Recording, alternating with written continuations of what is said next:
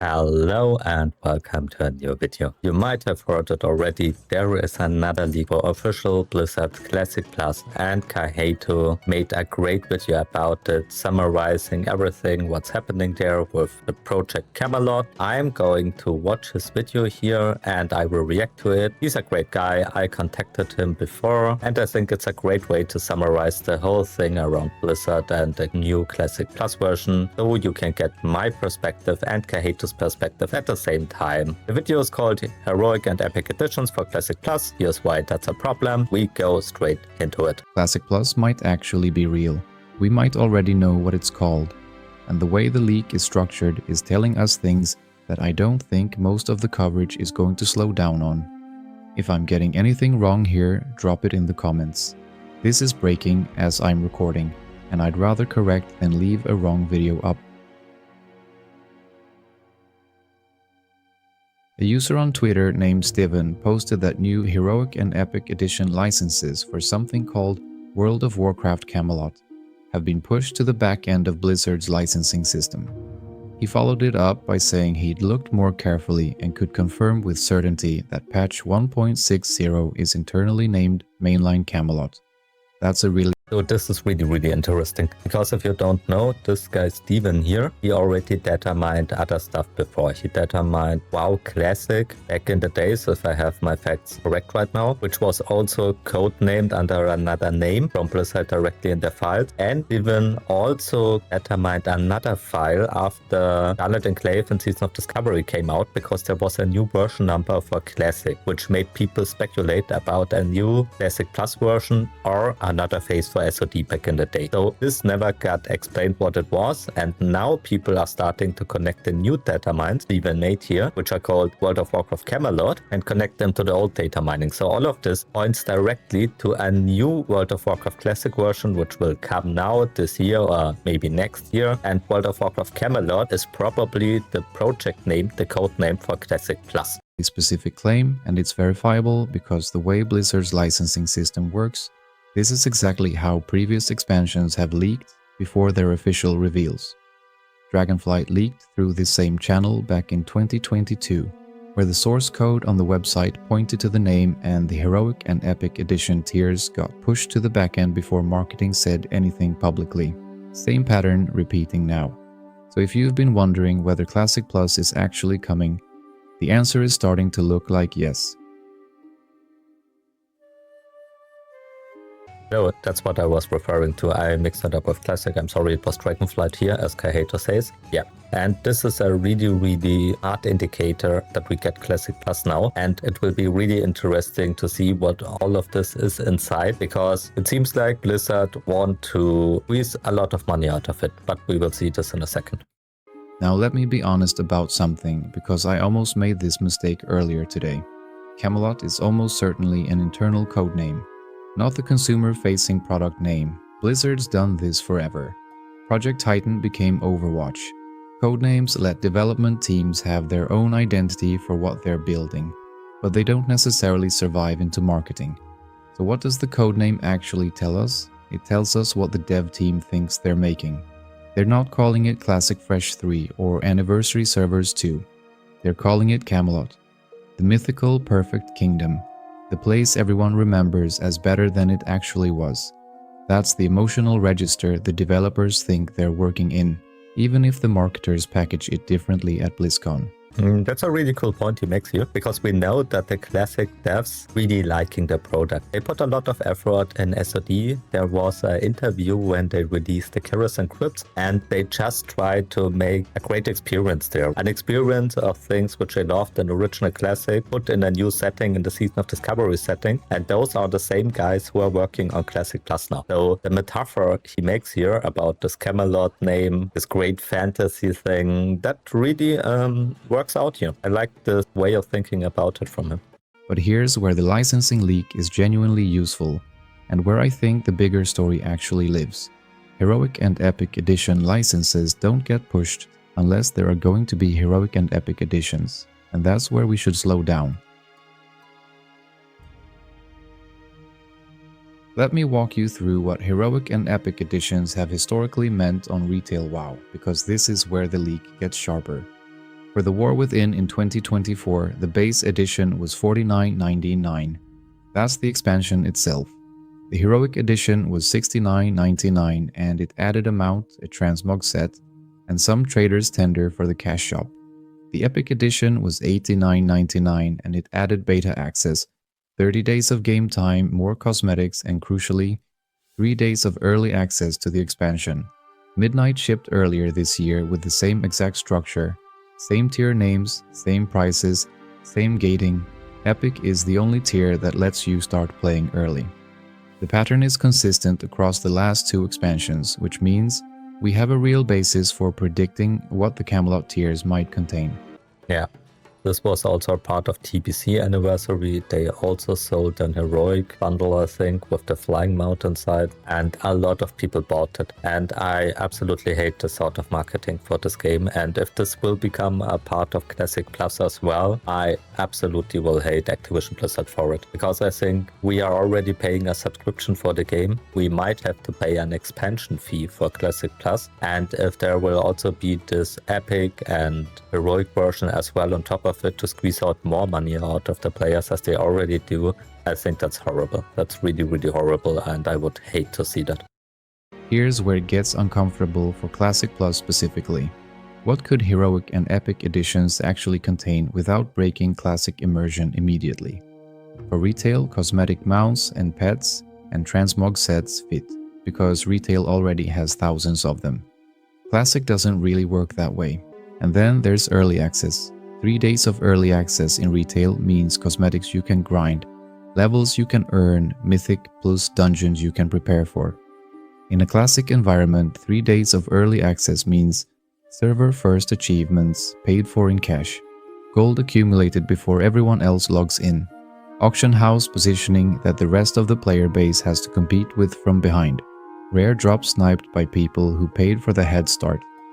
If Camelot ships with paid early access on a classic-style server, the design philosophy of a level playing field, of community progressing together, of everyone starting in the same place, that philosophy is dead before launch. Yeah, absolutely true, and that would be so horrible for the classic scene. As he says, I wouldn't mind transmog, and we know from private servers that basically every private server has transmog implemented, and I wouldn't wonder if Blizzard will also do this with Classic Plus. It would be fine if there would be transmog in Classic Plus for me. I wouldn't care about it, and if that's part of the bundle, no problem for me at all. Cosmetic items are okay, it's like skins in other games like League of Legends. I don't care, it's nothing game breaking. But as he says, if it's something which changes the game itself, like early game time, which gives you a head start over other players who don't want to pay, that's just horrible. He has made some good examples why this is horrible. It will kill the economy, it will put pressure and FOMO out on the players, the people, and that's just horrible. I even think in the TBC anniversary bundle, the flying mount, which normally costs 5,000 gold, was pay to win already. And if more of this will come into the game in Classic Plus, I would absolutely hate that. That would be so horrible. Not slowly eroded,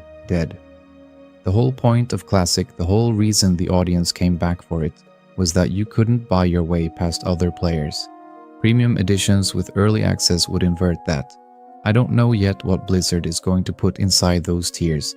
The licenses being pushed doesn't tell us the contents, but the licenses do tell us those tiers are coming. And given the pattern, given what these tiers have meant for the last several expansions, given the absence of any signal that Blizzard is changing the model for a classic product, the skepticism is earned. And here's the part of this conversation I think gets missed in the excited. Would you pay for a Classic Plus discourse that's about to flood the WoW corner of the internet over the next few days? I've been seeing comments under leaked posts where people say things like I'd pay good money for actual Classic Plus, which is a sentiment I understand, and I get where it comes from, but it's also not really right, because the people saying that are mostly people who have been paying their World of Warcraft subscription continuously for years, through Cataclysm Classic, through Anniversary servers, through Mists of Pandaria Classic, when that landed, through whatever the next re-release is going to be. They've been paying for a long time, sometimes specifically hoping that something new would eventually happen. The framing of "would the audience pay for Classic Plus" assumes the audience hasn't already been paying. They have. They've been paying for years. They've been funding the Classic infrastructure team's existence with their subscriptions through one expansion replay after another.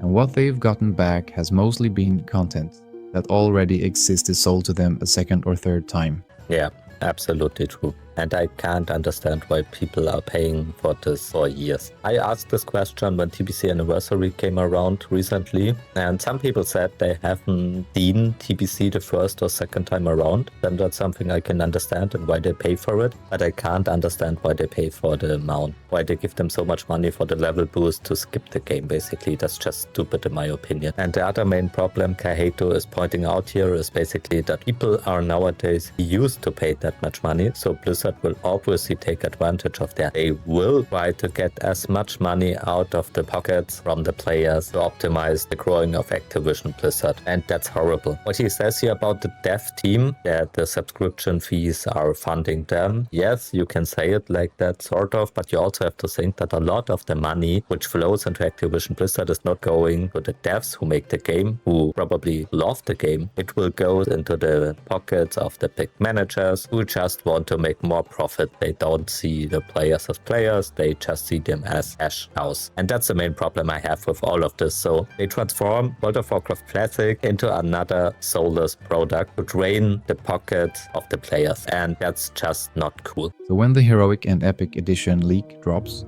and the immediate conversation turns to how much would you pay, I think it's worth stopping and asking the other question. The one that doesn't get asked enough. What do those subscribers actually deserve at this point?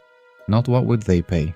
What's been earned over 5 years of paying for re-releases without getting anything genuinely new in the classic space?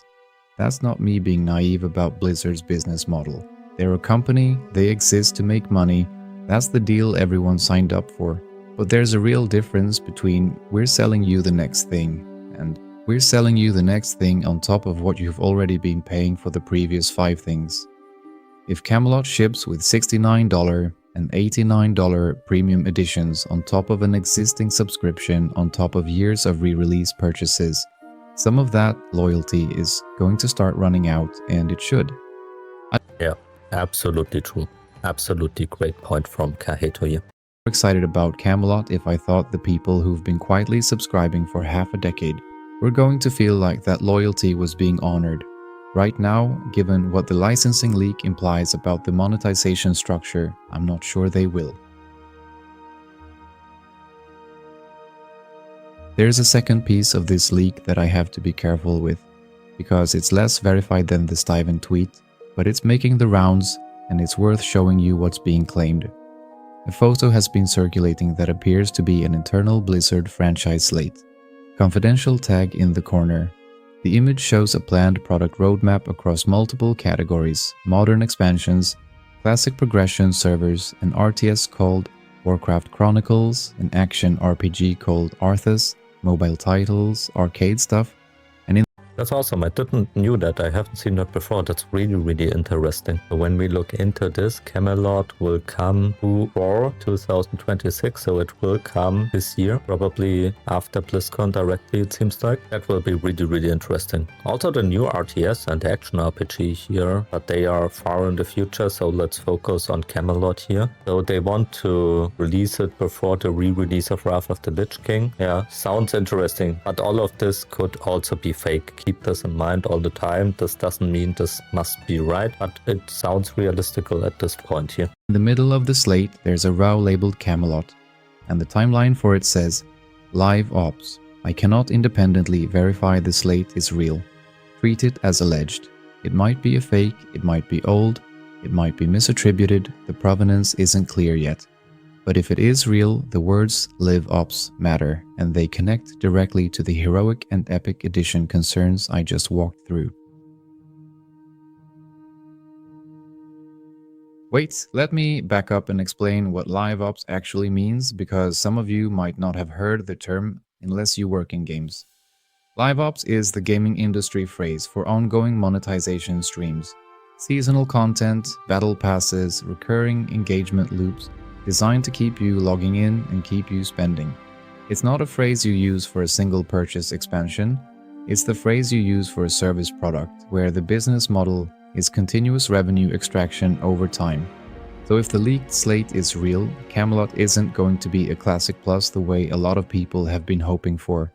It's going to be Classic Plus as a live service, with scheduled content drops, probably battle passes, probably seasons, probably some flavor of recurring monetization stacked on top of your existing subscription and on top of whatever the Heroic and Epic editions cost on launch.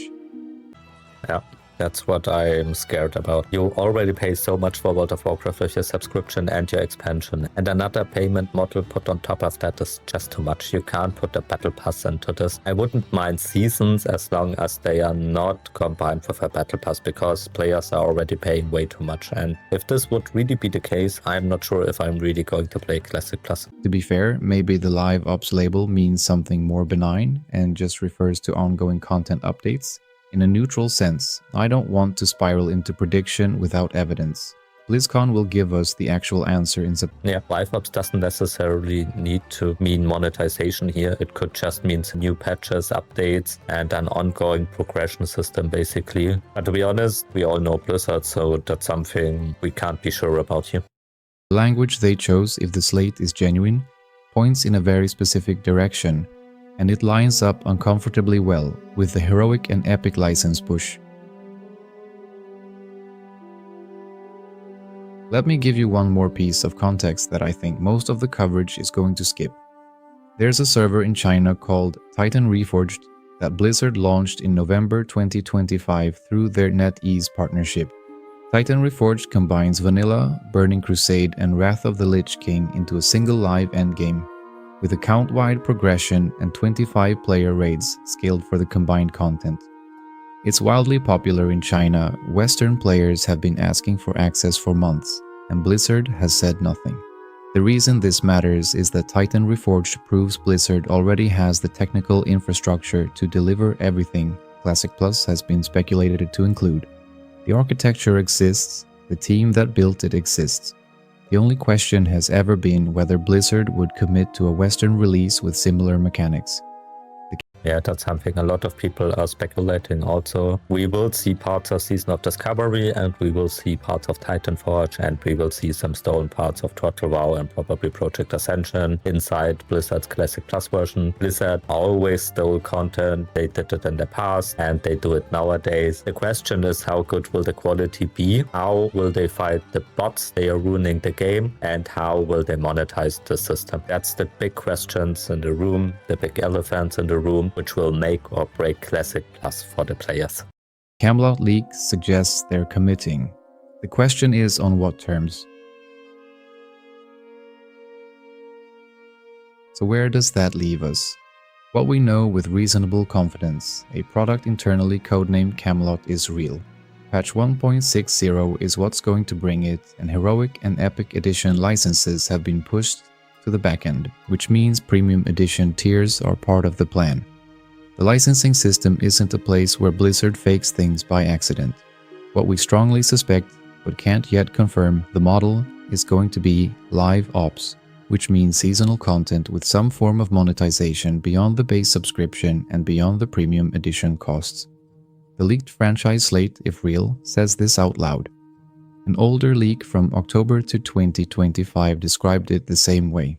Multiple separate sources converging on the same description is not nothing.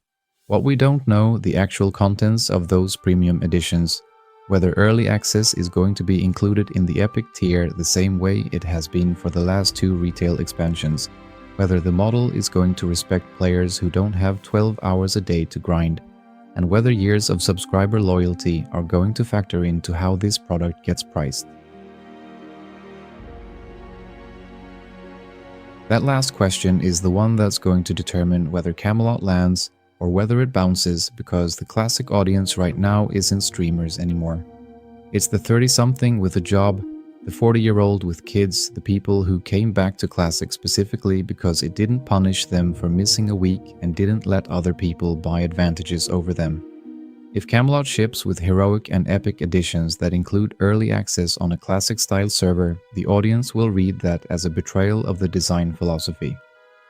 I absolutely agree with him here, and I'm absolutely on his side here. The main problem is what I see, what I have seen with TBC Anniversary is that those people are willing to pay for it, and they will pay for it. That's the main problem, because they want to experience this game, and the FOMO just gets them, and that's just horrible in my opinion. So I absolutely hope if Blizzard will ship it like this, that there will be a shitstorm and the players will finally decide to not get into this, to show Blizzard that is not the way we want to see Classic. Plus, we want the experienced Kaihei to just explain something where we can have fun in. If it ships with cosmetic-only premium editions and a level playing field at launch, it could be the most important Classic Space release Blizzard has done in a decade.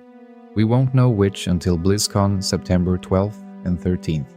That's the moment everything I just said either gets confirmed or gets corrected. One last thing before I let you go. The fact that this leak happened at all tells you something. Blizzard doesn't usually leak this badly.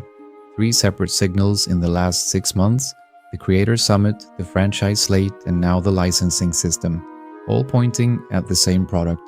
Either Blizzard has gotten remarkably sloppy with internal information control, or they've decided that letting the leaks happen is a cheap way to build hype before the official reveal.